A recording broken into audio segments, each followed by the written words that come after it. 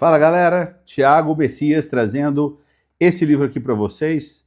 Hoje eu vou fazer a introdução dele e eu vou ler também os capítulos 1 e 2. Esse aqui, para quem está vendo no YouTube, os 10 primeiros minutos, é uma amostra para quem quiser ter completo o acesso, me chama aí e a gente negocia o acesso completo, beleza?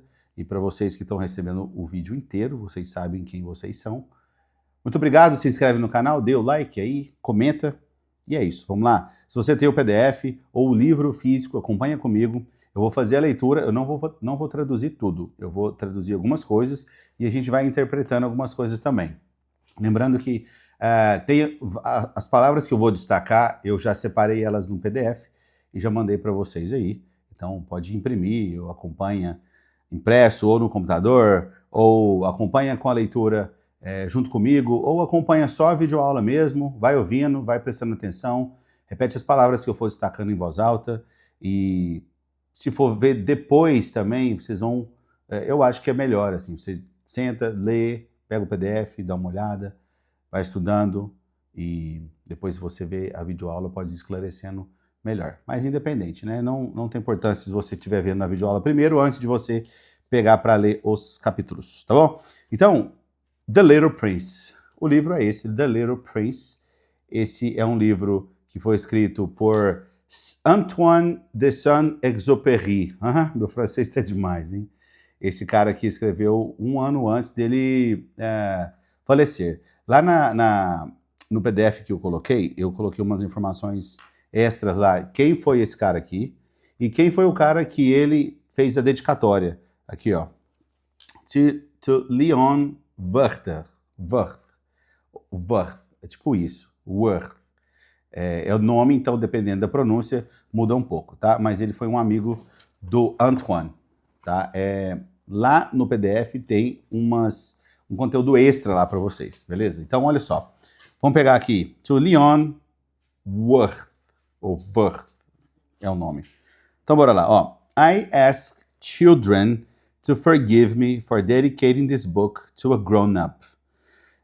Esse grown-up está separado com hífen, significa adultos, né? Pessoas adultas. To grow up é o verbo grow up, é crescer, e grown-up significa adultos, tá? Inclusive eu separei no PDF, tá lá. Tem um pequeno significado e um pequeno exemplo, tá? Para cada palavra dessas aí. Então tem lá grown-up, significa an adult, e um exemplo, she talks like a grown-up now. Ela fala como se fosse uma adulta agora, tá? Então, tipo isso, tem no glossário aí. Então, ó, I ask children to forgive me. Eu peço às crianças para me perdoarem por dedicar esse livro a um adulto. I have a serious excuse. Eu tenho uma desculpa muito séria. This grown-up is the best friend I have in the world.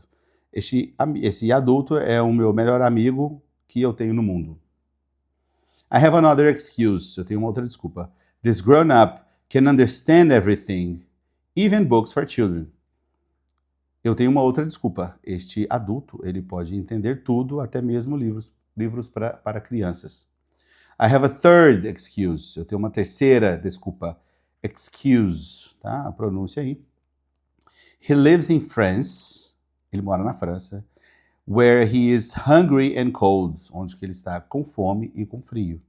He needs to be comforted. Ele precisa ser confortado. He needs to be comforted. Olha as pronúncias aí, hein? If all these excuses are not enough, se todas essas desculpas não são suficientes, then I want to dedicate this book to the child. Então eu quero dedicar esse livro para a criança. I want to dedicate this book to the child whom this grown-up once was. A quem esse adulto uma vez foi. All grown-ups, todos os adultos, all grown-ups were children first. Todos os adultos foram crianças primeiro. But few of them remember it. Mas apenas alguns deles, né? Poucos deles lembram disso. So I correct my dedication. Então eu corrijo a minha dedicação to Leon Werth, né, na verdade. Para Leon Werth, que é o amigo dele.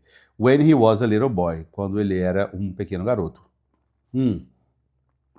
Senta aí, pega água, café e vamos junto. Aqui falando um pouco da nota do tradutor, tem algumas versões diferentes, né? Então, às vezes, se você tiver uma versão do livro que foi uma outra tradução, pode ser que essa nota de tradutor seja uma outra, tá? Então, vou passar mais rápido aqui, porque o que importa é que está mais para frente, né? No livro. Então, Translator's Note. Translator's Note. In April 1943, abril de 1943. In April 1943, Le Petit Prince, o original é francês, né? Então, aqui está escrito em francês. Was published in New York a year before Antoine de Saint-Exupéry was shot down over the Mediterranean by German reconnaissance é a pronúncia aqui, né? Vem do francês. Reconnaissance planes. German reconnaissance planes. Então fala que esse livro ele foi lançado um ano antes de o Antoine ser abatido, né? Shot down. O shot é dar um tiro, né? To shoot. E quando eu falo alguém foi shot down, alguém foi abatido, né? Recebeu um tiro lá, porque ele voava esses reconnaissance planes, nesses aviões de reconhecimento alemão no Mediterrâneo. The English translation by Catherine Woods was copyrighted. Inclusive aqui tem algumas palavras que eu destaquei, está lá no glossário também. Copyrighted, que foi legalmente protegido pela lei, né? So, by Catherine Woods was copyrighted the same year, and the work was dedicated in that translation to the child who became Leon Worth. All grown-ups were once children, although few of them remember it. É isso. As in the case of contemporaries like Mann and Guide, the latter a great admirer of Saint-Exupéry.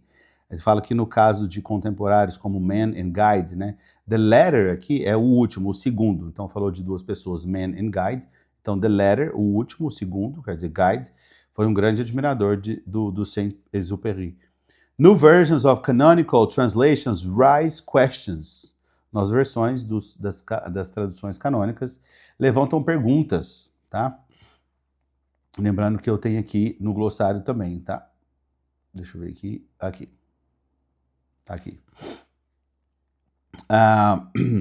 Então, new versions of canonical translations raise questions, or at least suspicions, of lèse-majesté. Esse lèse-majesté aqui também eu tenho a definição, que é obviamente francês, né? Que significa um desrespeito sério em relação a uma autoridade máxima, né? Tipo um rei. A second translator into English of The Little Prince accepts the responsibility of such an imputation. Imputation é uma imputação, tá? Então, eu tenho a definição aí. Tá falando que o segundo tradutor para o inglês de O Pequeno Príncipe aceita a responsabilidade de tal imputação. For it must be acknowledged, porque deve ser reconhecido, tá? Ou deve se reconhecer, acknowledged, that all translations date. É preciso reconhecer que todas as traduções date, elas envelhecem, né? Passa o tempo. Continuando. Certain works never do. E aí continua, que algumas obras nunca envelhecem, né? Tá falando que muitas traduções ele envelhecem, mas algumas obras elas se mantêm. A new version of a work 57 years old is entitled, and indeed is obliged to persist further in the letter of the work. Aqui eu pus a tradução para ficar mais fácil para falar para vocês. Uma nova versão de um trabalho com 57 anos tem o direito e de fato é obrigada a persistir ainda mais ao pé da letra, né? Ou na letra dessa obra. Each decade has its circumlocution, na verdade, né? Circumlocutions. Its compliances, então fala que a cada década as suas circunlocuções, suas exigências, o tradutor os busca, como vemos nos pioneiros esforços de Mrs. Wood. Aqui, ó.